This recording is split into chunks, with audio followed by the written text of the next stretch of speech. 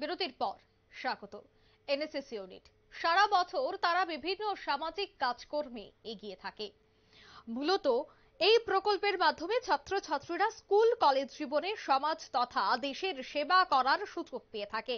জাতীয় সেবা প্রকল্পের মূল লক্ষ্য হচ্ছে এটি ছাত্রছাত্রীদের দ্বারা সংগঠিত হয়, ছাত্র এবং শিক্ষক উভয়ে সমাজ সেবায় নিজেদের নিয়োজিত করে রাখেন।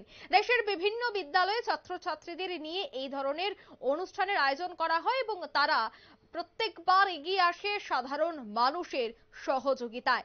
আবারও দেখা গেছে এনএসএস ইউনিটের বিশেষ উদ্যোগে বিলি করা হচ্ছে মশার উপদ্রব থেকে শহরবাসীকে বাঁচাতে একাধিক লিফলেট, অর্থাৎ সচেতনতা বাড়ানোর জন্যই ইতিমধ্যেই এনএসএস ইউনিটের নয়া প্রয়াস। তারা আজ রাজধানী আগরতলার বিভিন্ন জায়গায় যায়, ফল ব্যবসায়ী থেকে শুরু করে ছোট ছোট ব্যবসায়ী যারা রয়েছে বা পথ চলতে সাধারণ মানুষ, তাদের মধ্যে সচেতন বাড়ানোর চেষ্টা তারা আজ করেছে। সচেতনতা পত্র তারা বিলি করেছেন।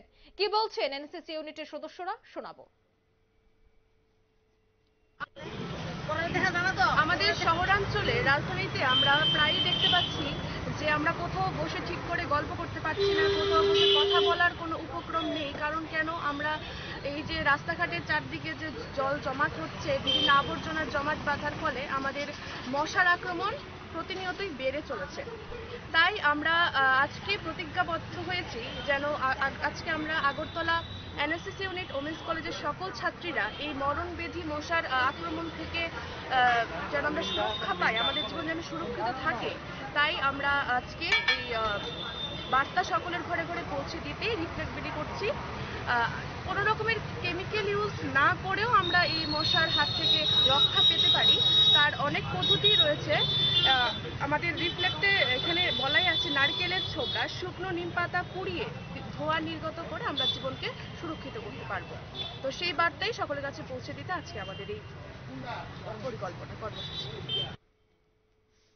আপনারা শুনলেন ওমেন্স কলেজের এনএসএস ইউনিটের পড়ুয়াদের বক্তব্য। তারা বলছেন যে বর্তমানে মশার উপদ্রব ক্রমশ বৃদ্ধি পাচ্ছে, তাই ইতিমধ্যেই মশার উপদ্রব থেকে কিভাবে সারজা, অর্থাৎ মশার উপদ্রব কিভাবে কমানো যায়, তার জন্য কি কি টোটকা ব্যবহার করা যায়, প্রত্যেকটা বিষয় নিয়ে তারা সাধারণ মানুষকে সচেতন করার জন্যই আছে রাজধানীর রাজপথে তারা বিভিন্ন সচেতনতা পত্র বিলি করেছেন। নিয়ে নিচ্ছে ছোট্ট একটি বিজ্ঞাপন বিরতি, সঙ্গে থাকুন।